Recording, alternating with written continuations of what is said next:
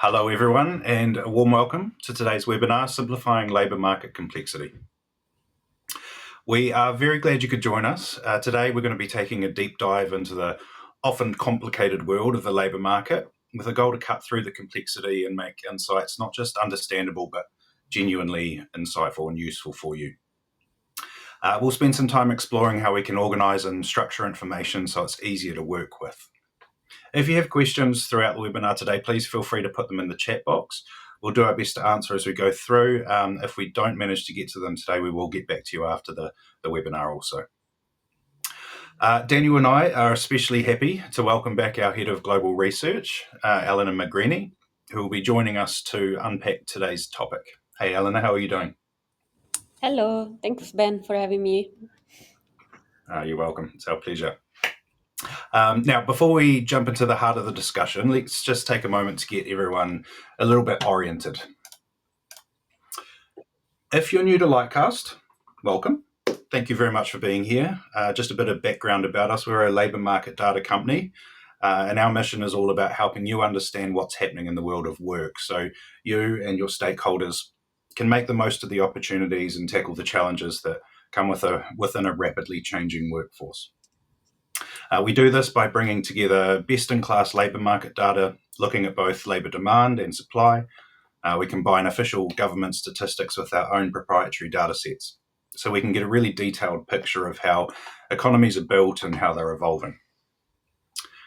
This approach helps us see what employers are looking for when they recruit and also how professionals describe themselves in the job market. So it's all about context, understanding both sides of the equation. And we try to make sense of this data through careful structure and taxonomies, which is what we're going to be talking about today. Of course, data is only as useful as your ability to access and apply it. That's why at Lightcast we offer a pretty wide range of tools, from research software to data integrations, so you can use this intelligence in the way that suits you best, whether that's in our own tools, in your own systems internally and even externally. And of course, we have a fantastic team of economists and researchers like Eleanor who help answer the specific questions your organisation might have. So, what are we going to be exploring today? We're going to look at how data and the common languages we use to organise it help people with all sorts of needs and opportunities in the labour market connect and collaborate. We'll dig into some of the building blocks of labour market intelligence, like taxonomies. You might have heard that term before. It's pretty common in our world. Basically, it's about how we organise information from different sources so we can make sense of what's happening in the labour market and apply those insights into real-world situations and scenarios.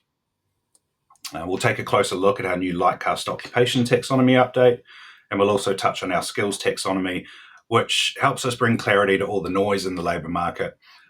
We'll talk about why this isn't just useful from a data perspective, but also what it means for things like policy reform, economic development, investment, education, and workforce planning. Our main aim today is to make all of this accessible, to help you see why structured data is so valuable, bring it to life with some real-world examples, and show you how it can be applied to the challenges and opportunities you're facing right now. So let's get started. Okay. So, looking at the economies and labour markets in Australia, New Zealand and Singapore, we find a lot of common challenges and goals. 3 critical reports provide us real insight into the workforce needs of each of these 3 APAC nations. Governments in each country are proactively analysing and strategising to navigate the world of work and address their unique national challenges.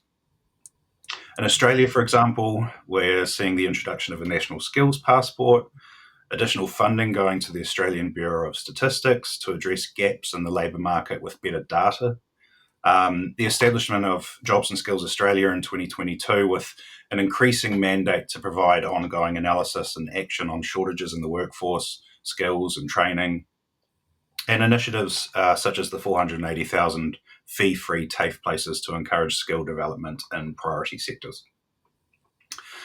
In New Zealand, the new Employment Action Plan was created last year as a framework to guide government action and build an adaptable and prosperous labour market for all, alongside efforts to align education, immigration and systems to address skill shortages through upskilling and retraining. And that's predominantly in high demand sectors like IT, engineering, healthcare, and construction. Meanwhile, the Singaporean government is prioritising transformation and upskilling of the workforce to adapt to technological change, automation, and evolving business needs. And this includes the introduction of the Skills Future Workforce Development Grant to streamline these processes and encourage participation. The government here has also recognised the critical role of digital transformation in economic growth, with a strong focus on building capabilities in AI, cybersecurity, data analytics, and automation. So these are really the main areas where we're seeing investment and attention right now in APAC, which makes sense given the direction things are heading in the world of work. But it also highlights why we need a shared language like taxonomies and how important they are in helping us make sense of it all. And that's exactly why we have brilliant people like Eleanor here to help guide us through these topics. And as we go through today's session, I think what's really exciting is that we'll be sharing real-world examples, actual cases from our data that bring these ideas and concepts to life. So, Eleanor, I'd love to start by asking you, what does a taxonomy actually have to do with all of this? Help us all here today understand what they are and how we can use them to navigate this ever-changing and complex world that we find ourselves in. Yes, and thank you, Ben, for the introduction. And I think the value of today's session is really about trying to bring to life what a taxonomy is and how it can help simplify labor market complexity. And what I'm really excited about is that some of the examples that we will be showing in a moment are really related to the key areas and the key sectors that you just brought to life in terms of priority for the region. So really excited to dive into that. But as you said, let's start from one step back and be on the same page on what is a taxonomy. A taxonomy as a term is a very fancy one. We use it all the time when we're speaking about labor markets, but in reality, even if we don't use the word taxonomy, we use the concept of a taxonomy in many different aspects of our life. In a very simple language, a taxonomy is a scheme, a classification of information in a way that is structured, hierarchical, and that can help us navigate complex information by providing a structure around them. So if you're a fan of ice creams because you're Italian like me, you can have a taxonomy of ice creams in terms of the different type of flavors. If you're a fan of biology, we have taxonomies that we use in biology as well in terms of organizing organisms. And if you work in the labor market like we do, you probably heard a lot about taxonomies because there are different ways in which we classify informations around occupations, around industries, and also around skills. And taxonomies can be of many different types. We have official taxonomies from the government. So you have, for example, the official classification for occupation from the Australian government. You have the one from the Singapore government. And these are really important to help us understand and navigate official statistics. And then we also have, and this is also one of the things that we'll talk about a lot today, two proprietary taxonomies, one for occupations and one for skills, that have been built and are maintained by Lightcast in order to add a new layer of granularity, information, and comparability that oftentimes is missed in official statistics and official taxonomies for a variety of very valid reasons. So the bottom line is taxonomies can help us understand and make sense of a complex labor market, giving us they are a tool that help us navigate this complex information to help us understand what are evolving skills needs, evolving occupational needs for employers in the labor market. And taxonomies have many different dimensions or many different aspects that we need to keep in mind. But three that are really important when we try to think about labor market complexity are around about global, granular, and responsive. So the reason why we need a taxonomy that is global is because the labor market is becoming more global. So we are not anymore talking about an Australian labor market that is completely insulated and doesn't look beyond the country. And similar, New Zealand, we're saying it's not an island, it's an island, but it is not an island when it comes to being a labor market. We are all interconnected right across the world.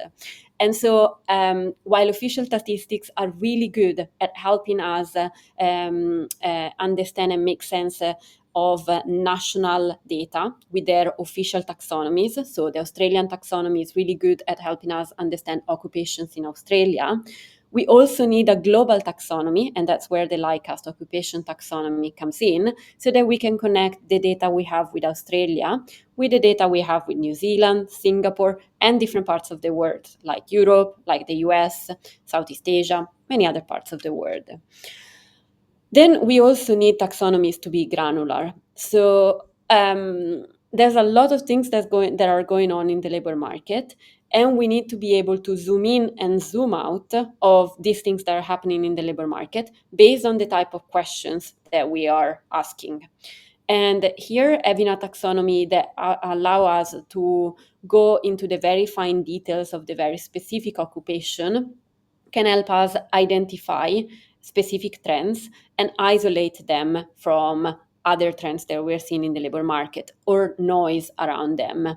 And in the same way, we need the hierarchical structure of a granular taxonomy to be able to zoom out and look at the big picture. So sometimes we want to know about what is happening in terms of management of engineers in the AI field. That's a very specific question. We need to go to the very fine details of that. Sometimes we want to know about managers overall, and taxonomies help us zoom in and out of these different concepts. And then the third element that I think is really important and is only becoming ever more important is around taxonomies being responsive. The pace of change we're seeing in the labor market is unprecedented at the moment. Things are changing really fast. And if we want to keep track of these changes, we need the tools that we use to keep track of these changes to also be responsive and adapt to these changes. And this is one of the strengths, for example, of the Lightcast occupation and skills taxonomies, as they are updated regularly and they help us track new and emerging occupation and new and emerging skills as soon as they appear in the labor market. And part of the reason why we are launching this Simplifying Labor Market Complexity series right now is because we've just literally updated our occupation taxonomy to be in its seventh version.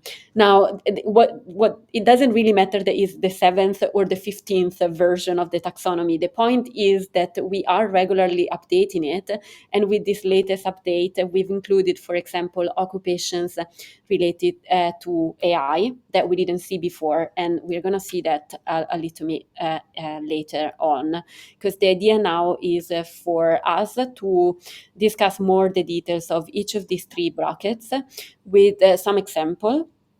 As I said before, the examples are trying to be grounded in some of the priority areas for the region, and we're trying to look at them through the lenses of global, granular, and responsive before opening up to discussion about other use cases for each of these three brackets. So let's start. Elena, before we start, just a quick question. Now, like I was joking with you earlier that I've got the best job on this webinar is I get to ask hopefully smart questions to a smarter human. So that's fantastic. Now, you were just mentioning that we've just introduced some occupations for things like AI engineers. Can you maybe expand a little bit on why we want those to be occupational concepts and not just a title search within the database?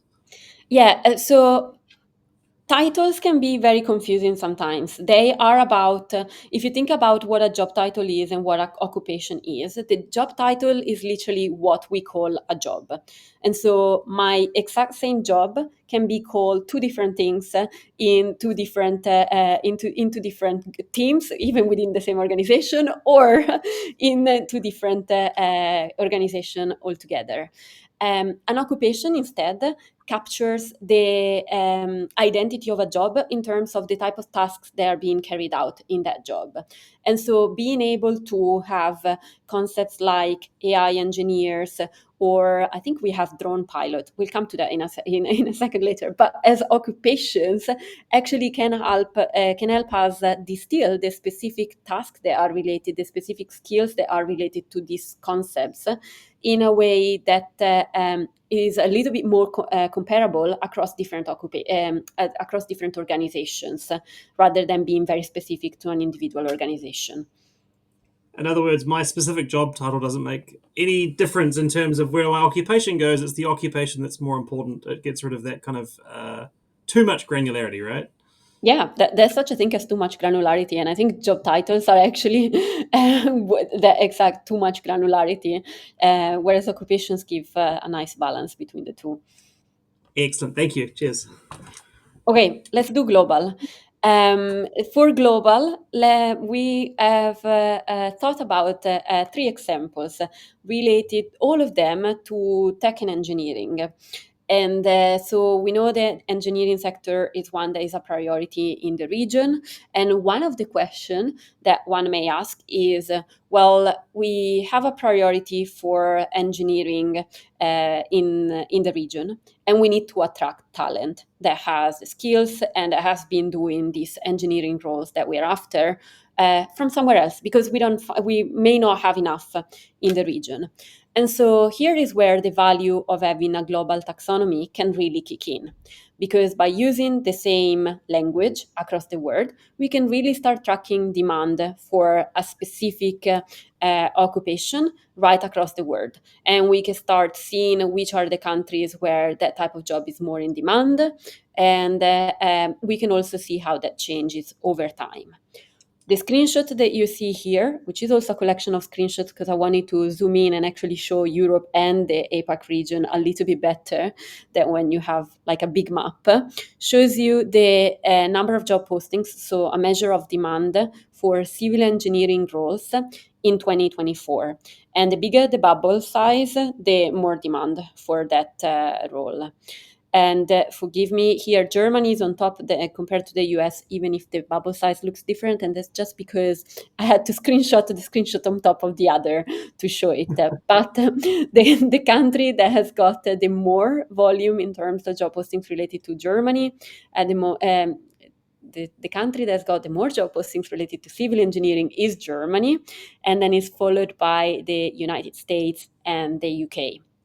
We see one of the 3 areas that Ben mentioned earlier in terms of Singapore being in the top 10 of the countries across the world with the most demand for civil engineering in 7th position. But then we can also scroll down through the ranking and try to see where Australia and New Zealand are in terms of demand. And when we do that, we see, first of all, well, we can see the total number of job postings. For Singapore, we are almost at 15,000 job postings related to civil engineering in 2024. Australia, 14th position, so just 7 positions below Singapore, but actually in terms of demand is half the demand from Singapore. So we are talking about just less than 7,000 job postings. New Zealand is actually way farther down. It's also a smaller country, so that kind of makes sense, but only 1,500 approximately job postings related to civil engineering. And so this allows us to compare different parts of the world, understand where there is the most demand, and one potentially can do a similar exercise using profiles data and looking at where talent is in different parts of the world. So rather than looking at where the demand is, we can look at where people doing civil engineering jobs are. And it's also interesting because we can compare different occupations at the global level at different points in time. So the second example, also following on that engineering path, is CAD designer. So similar type of analysis here, similar caveats in terms of bubble size for Europe, and in terms of findings here is, again, we see that this time is the US that has got the highest demand for CAD engineers. and Poland is the second. Germany, that was first in terms of civil engineering, is now 10th. And Singapore, which is again featuring in the top 10, is actually a little bit farther below than what it was before and is now in 9th position. And again, we can also look at the volumes of job postings. And here we see that in terms of volumes, the numbers are smaller for all the three different regions within all the three different countries within the APAC region. So Singapore in 9th position. Now we are talking 4,500 job postings, so less than 10,000. Before on civil engineers, we were above the 10,000s. Australia, 15 positions, so similar more or less in terms of ranking. It was 14th for civil engineers. It is 15th for CAD designers, but only 1,400 job postings. And New Zealand is further down the list, 38th, and only had 90 job postings for CAD designers in 2024. And then continuing on this thread, there's the last occupation. So we started from like the more professional jobs. Now we are in the technician space, and the last one is around operations, so operatives. And here we have heavy equipment operators. And again, we can see what are the parts of the world where demand is highest: France, US, Brazil. We can see the total number of job postings. And overall, here for the countries that are at the top, the demand is much higher. So we are in the 45,000 for France and US. But when we look at the region, the numbers are again much smaller. So there were way more demand for civil engineers, then a little bit less for CAD designers, and now it comes to heavy equipment operators, and the demand is much lower in the APAC region. Not just the demand is lower, but also the ranking of the different countries is different. So Singapore, that was out of the three, it was the place with the highest demand for civil engineers and CAD designer, is actually the place with the lowest demand for heavy equipment operators, with only 350 postings in 2024. And that puts it in 37th position in the ranking of all the different countries. Australia is pretty much in the same place as it was for civil engineers and CAD designers in terms of ranking, but it has approximately 3,000 job postings related to heavy equipment operators. And New Zealand is pretty much stable again in terms of ranking, but this time we're talking about 365 postings. So you can really see how you can compare demand for the same role in different parts of the world. And also at the same time, you could do a similar exercise in terms of comparing supply around the world. And there are a lot of use cases that this can be used for. So there is the international benchmarking in terms of understanding how your country compares to others in terms of strength of the labor market for some particular occupations, or in terms of understanding which parts of the world are have got the best or the most abundant supply of talent related to different occupations. And so if you're a government, this type of data really helps you compare your country to that of other and design strategies related to your international competitiveness, for example. But it's not just governments. If you are a company, you can also use this information to your advantage, because it can help you with recruitment strategies and talent attraction. So you can use information about where you find talent across the world to go and target recruitment around those parts of the world. Or on the flip side, it could be about location strategy. So this is not about going and looking for talent in different parts of the world. It's about deciding where you should put your offices across the world based on the availability of talent. So rather than attracting talent to your region, you move to another region based on the type of information that you get about the region. There's also a lot of advantages if you're an educator. A lot of the time in the education space, you want to understand how to attract students to your courses. And you may be interested in attracting national talent, but also international talent. And this type of global overview of the labor market can help you target your marketing material, for example, to the parts of the world where there is most demand for that specific type of roles and programs that you are providing as a university or as a college. And similarly, it helps you understand what are and understand and address talent shortages. So again, it helps you identify what could be programs that you could offer in the future because they are increasingly in demand in your region, or whether this demand is also reflected right across the world. And Ben and Daniel, I'm sure you work a lot with your customers in the region, so I'm sure there are more use cases around this that you are aware of. Yeah, Elena, thinking about latching on to kind of that profiles data and the supply topic. New Zealand, Australia especially are always screaming out for, and Singapore are screaming out for a lot of workers. Engineering is, I don't think, ever been not on a skilled migration list, for example. And the amount of digger drivers who are leaving New Zealand shores to go work on the mines in Australia, there's a New Zealand joke in there somewhere, but we'll leave that off the webinar. Have you got any thoughts about this around, we often talk about the kind of build, buy, or bot kind of debate, right? And do you have any thoughts to share around how this data set can help us work through that problem? Yes, and there are so many bees in that model about Small question, right? Small question. location strategies. We were doing another webinar earlier this month talking about all the different strategies that you can have. But I think you are absolutely right. There is a role that this type of data and the global overview can play here, because one of the so there is build as a strategy which is about training your own talent. But there are also other strategies that are around attracting talents from other parts of the world.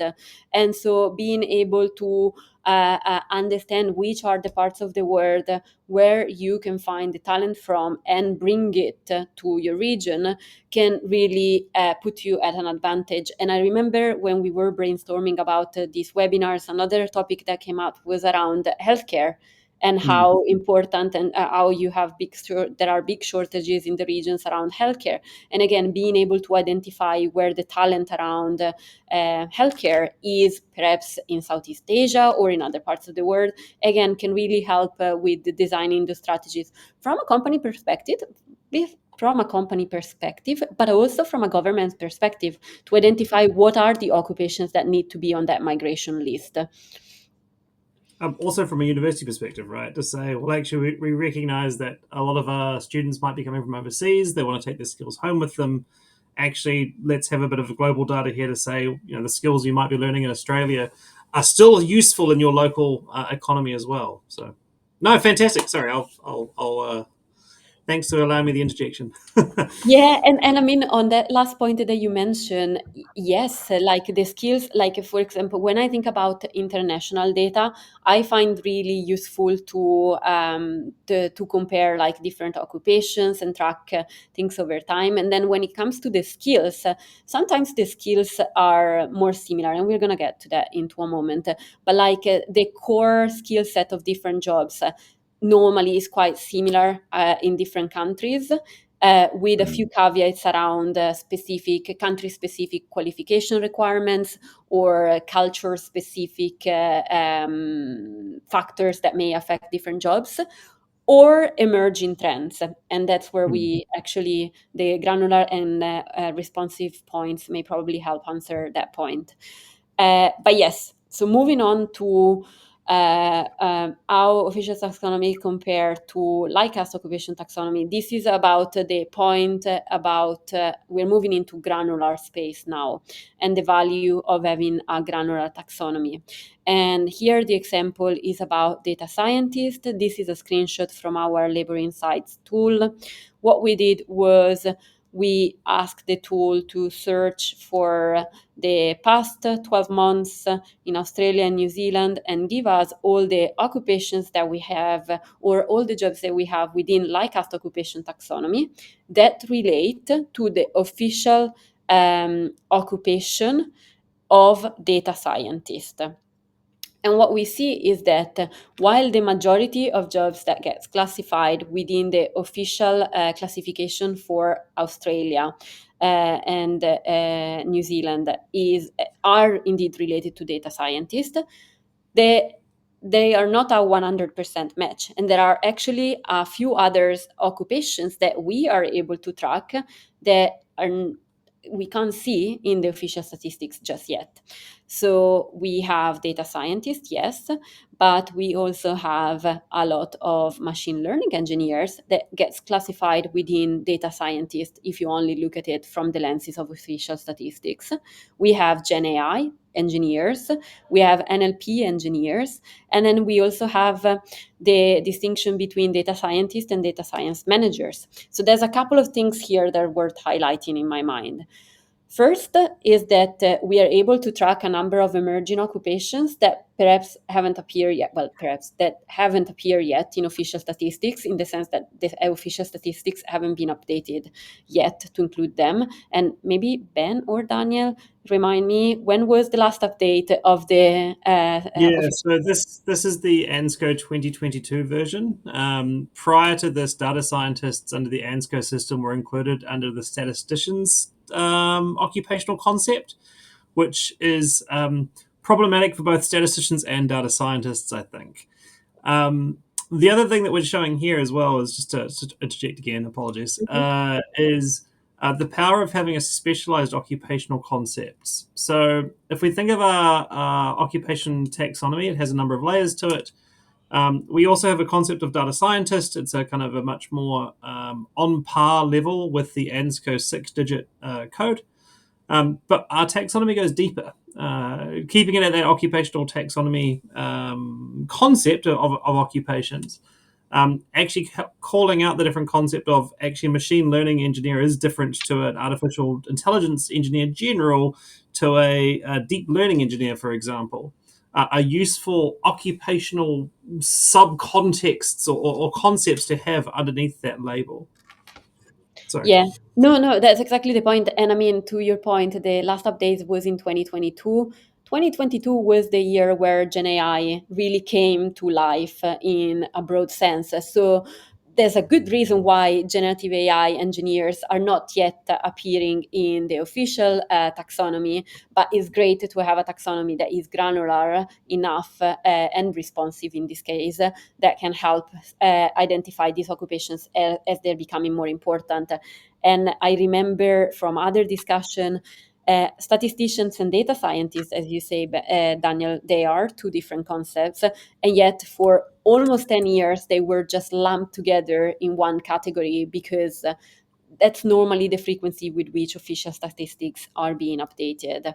The other thing that I wanted to highlight here was also around data scientists, different from data science managers, and how having the granular aspects can actually help split between the two, and how that can be important because while the core of both jobs is probably the same, is around data scientists, they have two different have two different skill sets because of the responsibilities of the two different roles. Something to call out specifically as well for the Oscar fans on the webinar. Yes, there is an Oscar concepts of data scientist and data engineer. They are still at the occupational level. Maybe that might change, and I know there's some people on this call that might be responsible for making some of those changes potentially as well. But certainly something to look at is our spec oc list. Cool, thanks. Well, yeah, sorry, go Ben, go for it. I think we were obviously, Daniel and I are acutely aware within region that SSOC and ENSCO are going to be required in a lot of analysis that our clients are doing. I think it's been surprising to me here and there where people haven't realised that we have an alternative taxonomy, and we've generally tended to frame LOT, our occupational taxonomy, as an alternative, mostly when you're doing comparisons against other countries, because you don't need that translation steps between those localized taxonomies. But also, it's actually a really helpful taxonomy to use as an alternative to, as you've been pointing out, just to dig a little deeper below the surface and start to bubble up some of those intricacies that we otherwise possibly wouldn't see within our national taxonomies. Yeah, and there are a lot of use cases around that, and we're gonna talk about them in a moment. One last point while we're here on this slide, but also applies on the next one, where we talk about Lightcast skills taxonomy in combination with occupation. Your feedback is super valuable in terms of helping us understand what makes the cut for new occupations and new skills. So it's really like the idea behind this taxonomy is that they're built from the bottom up, like directly from the source, directly from the people that are working on the ground. So we have channels, and we got Ben and Daniel for the region that can also feed through this type of feedback. But moving on to the Lightcast skills taxonomy, here we are using cybersecurity as an example. And the idea is that we have cybersecurity's occupations, and sometimes the type of information that we have about cybersecurity in official statistics simply stops there. In the sense that a lot of official statistics in many countries don't provide any information about the specific skills that are being required within specific occupations. And where the Lightcast skills taxonomy comes in is that it helps us identify the skills. And again, it helps us doing that both at a zooming in and zooming out way. So on the left-hand side, we see 4 broad categories of skills that are required in cybersecurity roles. They need IT skills. They work with it's called cyber security. So cyber, it needs IT security, it needs security skills, but also skills related to business and law and regulations compliance. And so at a high level, we get broad macro categories of skills that are related to an occupation. But then if we actually want to get really granular and trying to understand what are the specific skills that we need to teach or that we need to train, the taxonomy allows us to do that. And so what you see on the right-hand side is the specific skills that are needed for cybersecurity roles in Australia. So there are cybersecurity, computer science, incident response, automation, and then you can see like all the different nuances, the different type of programming language that are needed, the different type of softwares that are needed, so that this type of information can be used in terms of developing curriculum, developing L&D content. And this can be done overall at the macro level, so all cybersecurity jobs altogether, or it is possible to dig deeper into specific occupations. And so here we got the example of cybercrime analysts or investigators. And here are you can see the skills that are most frequently mentioned in this role. And so we see things like cyber threat intelligence, cybersecurity, research, communication, etc. And these skills are going to be, say, for a core part, similar between one cyber occupation and the other. But then for the other part, they will be different. So it's important to understand both the common thread between different types of cybersecurity jobs and the specifics insights of specific occupations. We've alluded to a few of these use cases already, but let's pause for a moment to go through them.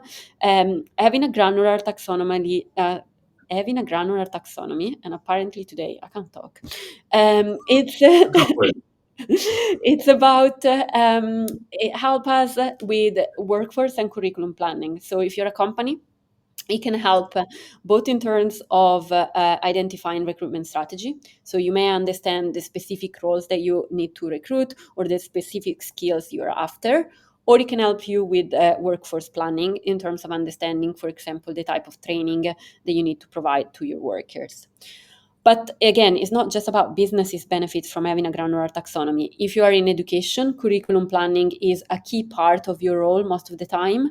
And as universities try to update their curriculum and what they're teaching. And so having this granular type of information can really help being aligned with the labor market. And in terms of government, we saw at the very beginning, Ben shows us the priority areas. Some of these priority areas are very neatly defined using official statistics. Some others, not so much. So if I think about clean energy, for example, as one area that is growing in importance over time, that's not really something that we can identify 2 or 3 ENSCO code or industry codes and say, oh, these are about clean energy. And so being able to zoom in and having a granular taxonomy can help identify the specific occupation and therefore shape information around investment allocation and policy reforms. I was just thinking, Eleanor, I had a conversation earlier in the week with. I'm very biased because I work, very much in the education space with my clients, and I had a really interesting conversation with one of our clients who was saying they're offering, for international students, they're not always sure whether those students are going to end up staying in the country where they study or returning to their home. So actually, just thinking about that global comparison and being able to say, well, we know that we're covering the skills from a curriculum design perspective that are going to cover you in both is a really valuable asset potentially to be building into how you're designing a program. Would you agree with that?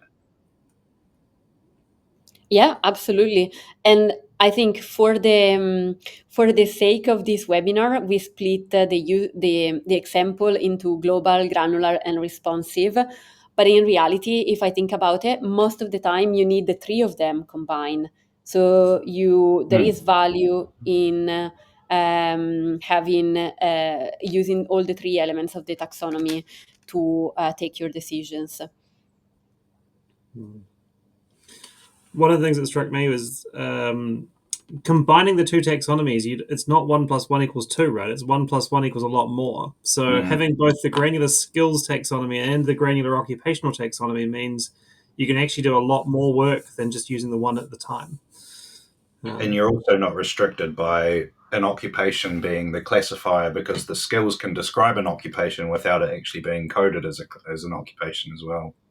Correct. And I mean, latching onto your example about using the skills to look across occupations in the green industry, one of the interesting examples we found in the data is sustainability skills are most in demand for early childhood centre teachers.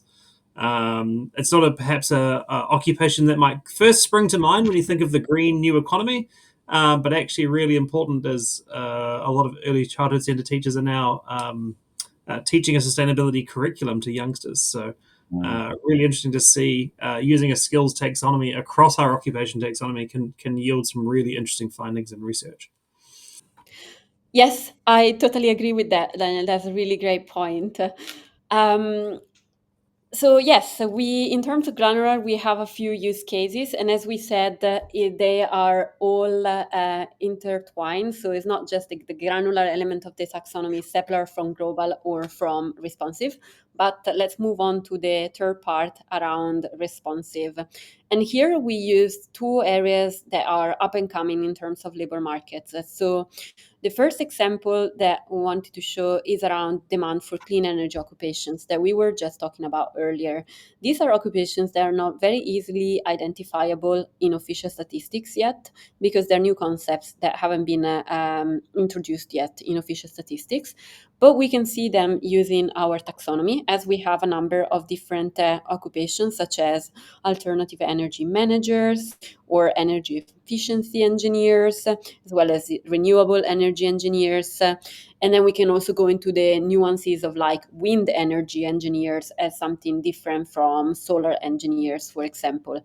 And again, the core skills there are pretty similar between different type of energy engineers, but they're also different depending on the source that you're using. So being able to identify these different type of engineers related to renewable energy and clean energy is really important.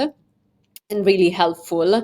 And so that's where having a responsive taxonomy can really help. And similarly, and we mentioned it at the very beginning, there's also an element of doing this for occupations, new occupations related to AI. And these are some of the occupations that we have recently added to our taxonomy in our latest update. And as you can see, a lot of these occupations are related to AI, plus drone pilots, which I also found that was very interesting as an occupation, so I put it on the chart. But here what you can see is the evolution of the number of postings related to different types of engineer roles related to AI. On the left for Australian, and then on the right for Singapore. And it's kind of very interesting to see, again, going to the global comparison. For the keen eyes, if you look at the y-axis, actually the magnitude, the total number of postings in the two countries are very different. So in Australia we are around 250, 300. In Singapore we are more around 2000. So the scale is different in the different places. And then we can track the evolution over time, and we can see that in both countries, the machine learning engineers are the ones that are most in demand and have been for quite some time. But then we can also see how the generative AI engineers in both countries, again, up until 2022, they weren't really a thing, and now they've really skyrocketed. And so again, being able to track, having a responsive taxonomy that can, where we can add new concepts as they come in, and then there's granular enough to separate between the different concepts, and that is global, so that it allows us for the comparison between the two, can really provide us insights that we may not find when using other types of taxonomies. And Before bringing you it move all. on, because I'm going to have this question coming in all the time. So one of the questions I get asked a lot is around how do we find emerging skills and occupations in the data? That's a really great question, and actually one that we get asked so often in all our work. So we don't have a crystal ball, so none of us can actually track what the future will look like. But there are a couple of things that we can do to track emerging trends as they appear in the labor market. One thing that I find really helpful is normally looking at skills first rather than occupations, because in my mind, when when an employer is looking for recruiting for something that is emerging, they won't start recruiting for a whole new role altogether to begin with. Maybe they will be hiring for the same role as they used before, but adding some new skills that have never been heard before. So if we go back to the example of the statistician and data scientist, probably 10 years ago, what we would see at the beginning was that they were still hiring for statisticians, but with data scientist skills. And then as data scientist as a field, as data science as a field developed, data scientist roles became more commonplace and became an occupation. So my first answer to that would be look at skills rather than looking at occupations to begin with. And then in terms of how do you cut through the noise within skills, one way to do it, or one way that we sometimes use, is try to focus on the skills that in your base year, so in the year that you want to track the change for, were very small, and they maybe accounted for a very small share of the labor market. You don't want a significantly small share, because otherwise you get all sorts of funny things that move from one job postings to two job postings. So look, there's 100% growth, 100%, and that's that's not really significant. But you can cut and maybe say anything that is below appearing in 0.5% of job postings, but has got a certain threshold in terms of volume, we can track the change over time and consider that as an emerging skill. Thanks. Maybe we have a whole webinar on that at some later point. Let's move on, otherwise we'll be way over time, and I think we're already getting a little bit tight. So thank you. Yes, so very briefly, what are other use cases for the value of having a responsive taxonomies? First one, this is what we chatted about, is about identifying and monitoring emerging trends. That's really helpful, especially if you work in policy, but also relevant for education and business. And then if we think about the education and business lenses, for education is about being relevant to the labor market. So as the labor market changes fast, having a responsive taxonomy help us align curriculum to the fast changes in the labor market. And if you're a business, it is really valuable because it helps you stay ahead of the competition. And with that, I think I'll hand it over to Ben to bring us to the end. It's a big responsibility, Eleanor, but I appreciate it. Well, look, thank you so much, Eleanor, for sharing your insights. I think it's incredibly useful to see the value that taxonomies can provide in making labour market data a bit more useful and actionable. And just to sort of make things a little bit easier on you all as well, we've put together a collection of resources for you. The recording of this webinar will be made available as well. But if you head over to the Lightcast website, you'll find everything you need, from background information to the latest updates on our taxonomies and skill structures, so you can stay informed and make the most of these insights. I'm sure we've probably missed a few questions as well through the webinar, so rest assured, Daniel and I will get back to you with responses as soon as we can on those. But just to wrap up, I want to thank you all again for being here today, and thank you, of course, to our esteemed guest, Eleanor. And as always, if you have any questions, you can reach out to Daniel or myself, and we'll very much look forward to hearing from you. But otherwise, until next time, see you soon and enjoy the rest of your day. Thanks.